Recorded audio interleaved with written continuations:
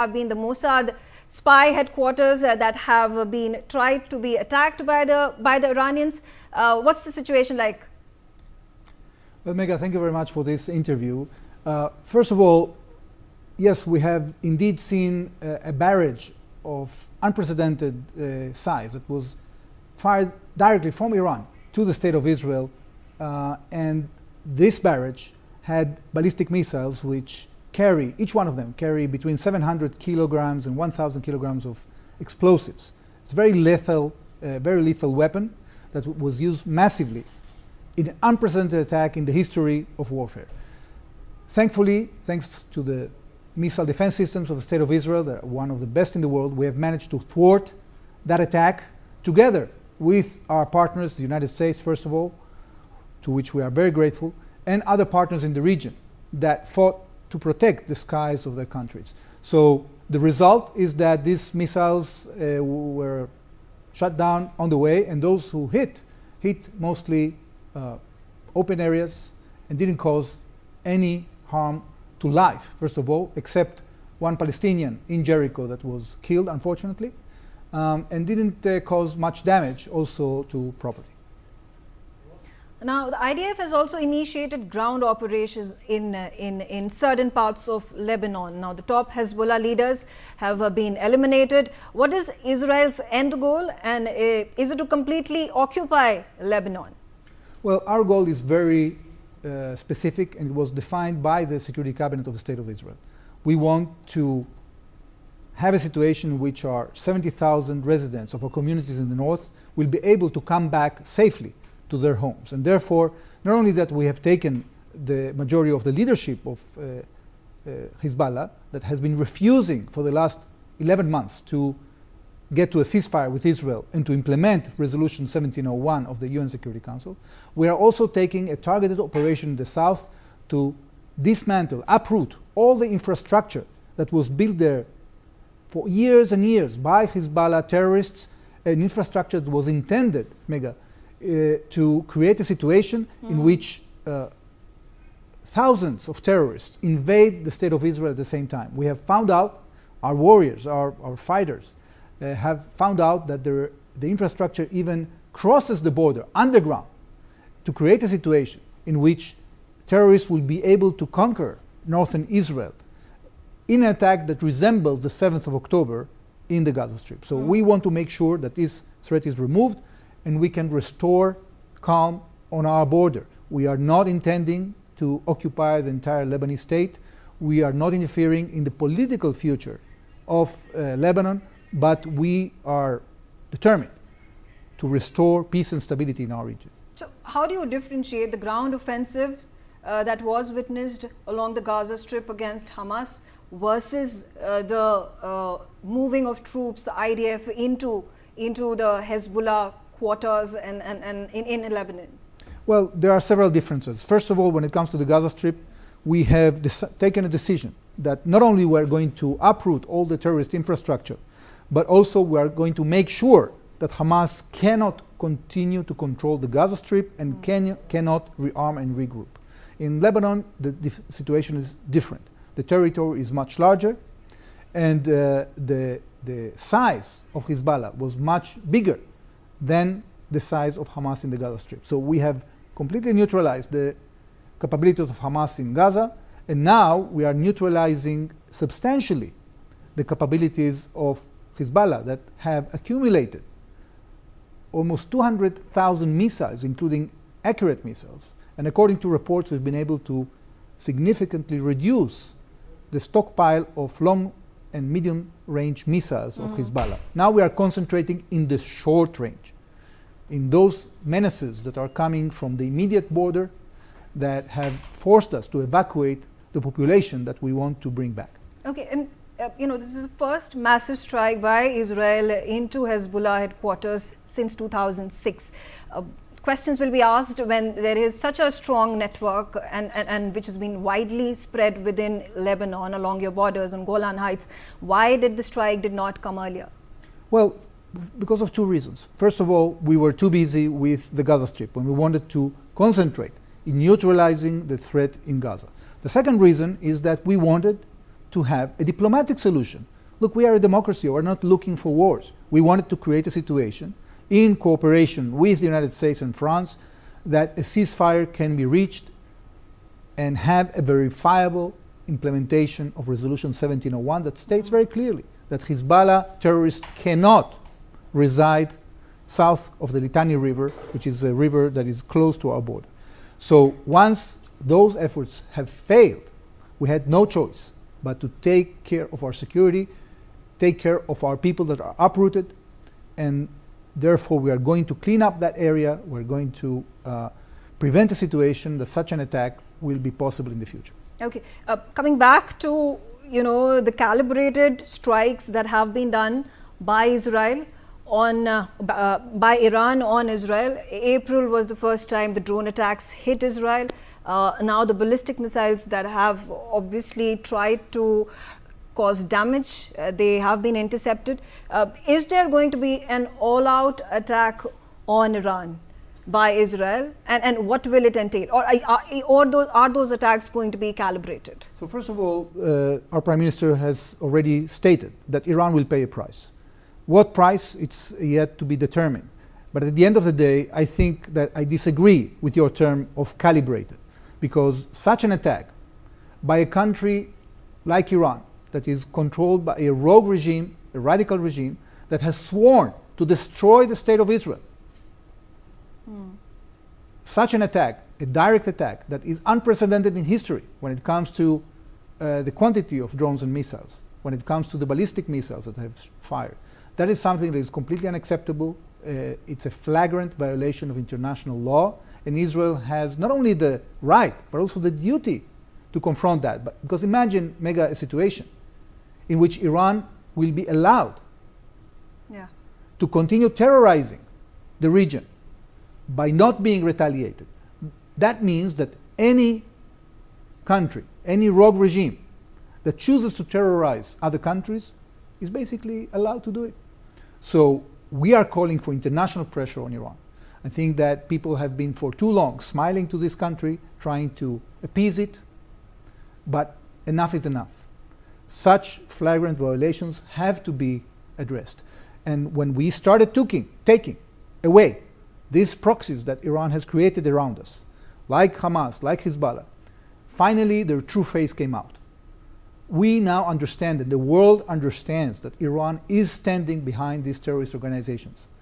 And therefore, the importance of stopping this flagrant violation, this proliferation of weapons of mass destruction, this support for terrorists, financing of terrorists, that has to stop.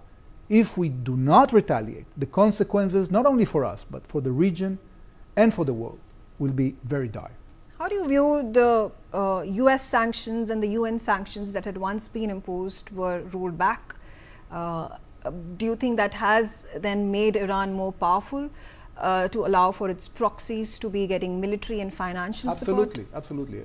If the world concentrates in imposing sanctions on Iran to the extent that they cannot get return for their oil industry, then you will reach a situation in which they don't have enough funds to continue with this malign activity.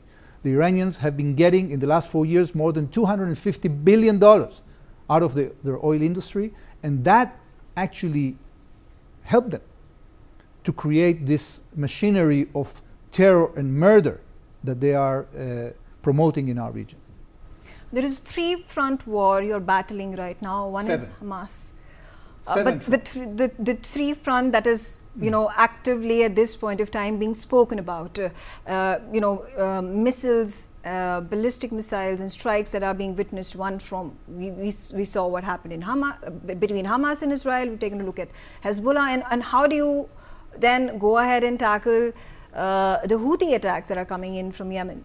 Well, we are talking about 7 fronts, Mega. It's the Gaza Strip with Hamas, it's Hezbollah, in the north, from Lebanon. Hezbollah is also operating with Iranian militias in Syria. There are also Shiite pro-Iranian militias in Iraq that are firing at us. There are also, of course, you mentioned the Houthis. And there is Iran itself, which is also trying to support terrorism in the West Bank. And actually, even more than that, they are trying to bring down the Hashemite family in Jordan. So this is a very, very dangerous situation, not just for Israel, but for the entire region. Now, the Houthis actually have been not only hitting Israel, but they have been disrupting international trade. We expect that the powers that be put much more pressure on the Houthis because, again, they can continue attacking Israel. Israel will defend itself. Israel retaliated against the Houthis only months after we were attacked. But the consequences of the continuation of the Houthi initiative to disrupt trade and to menace the countries of the region is something that is going to cause a lot of damage in the future if we don't deal with it now. United States and the Biden administration has shown full support to Israel in its fight against the terrorists. But President Biden has come out and categorically said that they would urge Israel to not hit the nuclear facilities in Iran. There are at this point of time reports of potential assassinations. How do you have to react to that? Well, first of all, we have a very good dialogue with the United States. The United States is the main ally of Israel, and we are thankful for the support of the United States. The fact that the United States has both supported us politically, diplomatically, militarily. But at the end of the day, we do not always agree on everything. And the ultimate responsibility for the safety and security of the citizens of Israel lie on the government of Israel, on the Prime Minister of Israel. And we will have to decide for ourselves what is the right thing to do. Talking about the strong action that has been taken by the Israeli government, where the UN Secretary General Guterres has been barred from entering the country. You know, persona non grata is the term that you have granted to him. Do you think this action was too harsh? Well, I think that it is infuriating that the Secretary General of the United Nations, that is in charge of promoting peace and stability, was not capable immediately after this unprecedented barrage of missiles, ballistic missiles fired at Israel, to condemn that. The fact actually that we criticized him brought, I think, to a little amendment, a little bit too late, in a statement that the Secretary General put out, in which he said that actually this has to be condemned. But we expect from the international community to much more, because we have to understand what is at stake here, Mega. Are we going to live in a situation that we agree to be terrorized by rogue regimes like the Iranian radical regime? This is completely unacceptable. The countries of the region don't want it. Israel is not going to accept it. And we expect much more diplomatic pressure and economic pressure if we want to avoid military action. We are the last country that wants to use military action because we are a democratic society. We have an army of the people. We have conscription in our country. And the first thing our people want to do is to go back to their homes and their families. And we are finding ourselves in the last year in a situation in which we have to go out again and again to defend ourselves because players like Iran and like these terrorist organizations see in our democracy and our peace-loving a sign of weakness. So if we don't stay together, all the countries, all the democracies, first of all, the countries that want to achieve peace and prosperity, if we don't stand together, we will fall together. Israel will do what it has to do. The question is what will happen in the future also to other countries that are in the same situation like we are. Okay. You know, as we are inching closer to the first anniversary of the 7th October terror attacks, there has been the intensity of strikes from all these terror organizations along your borders has intensified further. Are you confident that you would be able to safeguard your borders and the citizens of Israel? Yes, we are confident, and I'll tell you why. Because we have a secret weapon. It's not our technology or our arms. This is the resolve of the Israeli people. The resolve of the people that want to defend their families, that know that they don't have anywhere else to go. And therefore, they will step up to the plate like they've been doing in the last year, until we get all the hostages back home and until we restore calm and stability in our region. Talking about the normalization of the Israel and the Arab nations, that could be spoken about to the very point when the Hamas attacks actually happen. How is that roadmap going to go from here? How long is it going to then take to allow for this process to unfold? Well, I don't know how much time we're going to require until we restore peace and stability in our region. But I can tell you this, and this is very important. The degree of interest that we have, common interest with our neighbors, to confront Iranian aggression is very high. The level of cooperation and coordination that is going on, both in intelligence, in operations, and in other fields, is all the time increasing.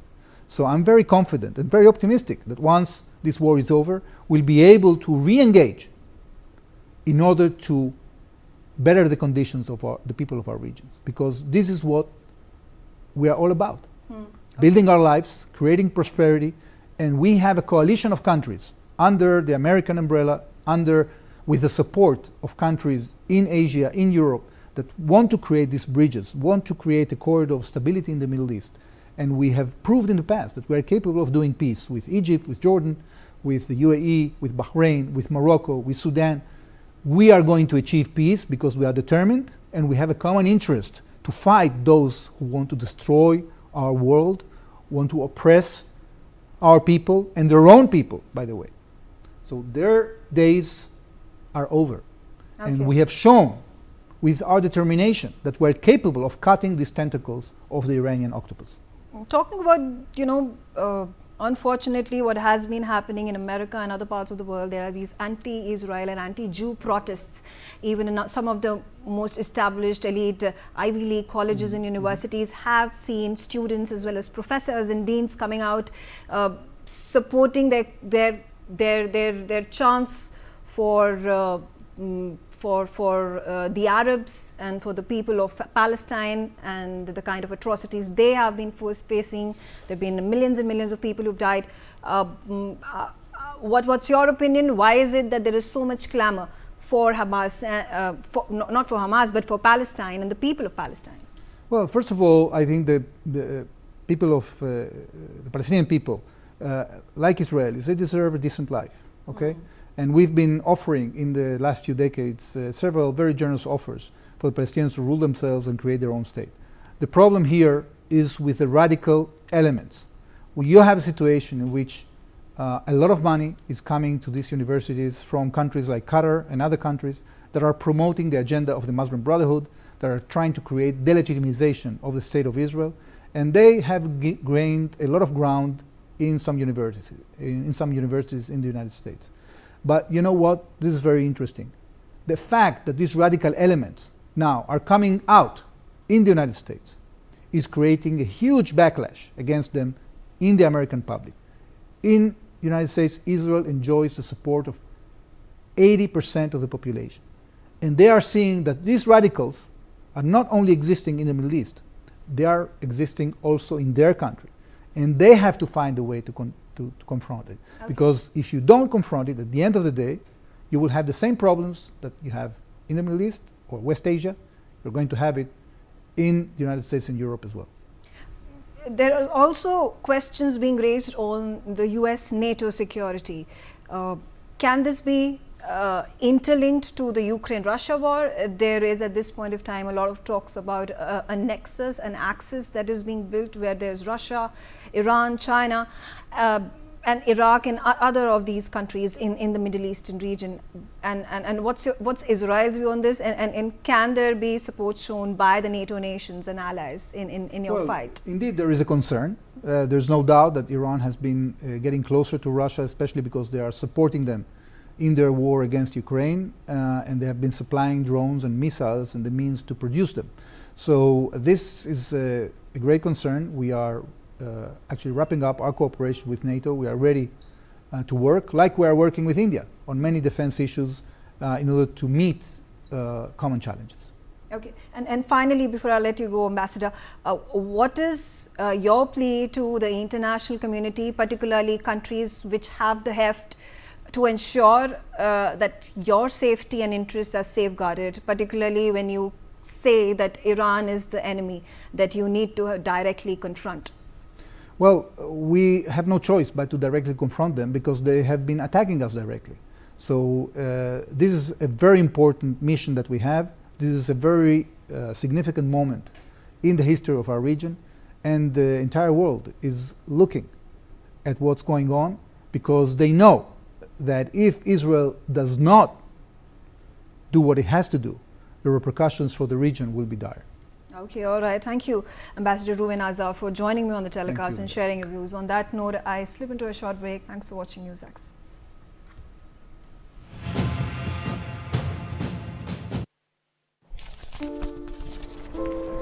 Sir, हा माझा CV. तुमचा CV खूप चांगला आहे, पण आम्ही फ्रेशर्सना काम देऊ शकत नाही.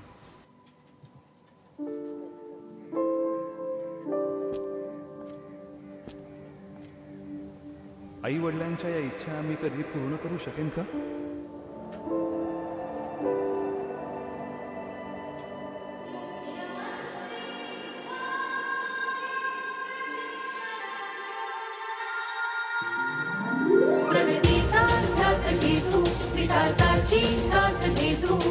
शिक्षण आणि प्रशिक्षण घेतो, परिश्रमाचे वेतन घेतो, नव्या महाराष्ट्राचा घेतो विचार, कुशल युवकांचे स्वप्न साकार. कुशल महाराष्ट्र, रोजगारक्षम महाराष्ट्र.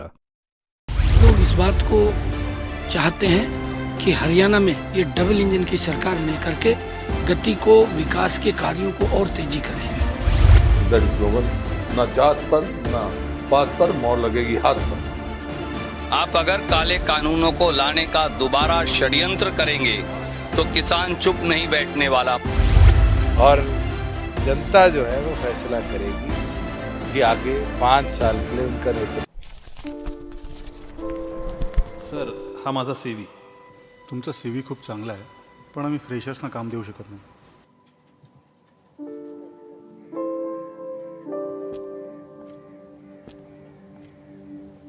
आई वडिलांच्या या इच्छा आम्ही कधी पूर्ण करू शकेन का?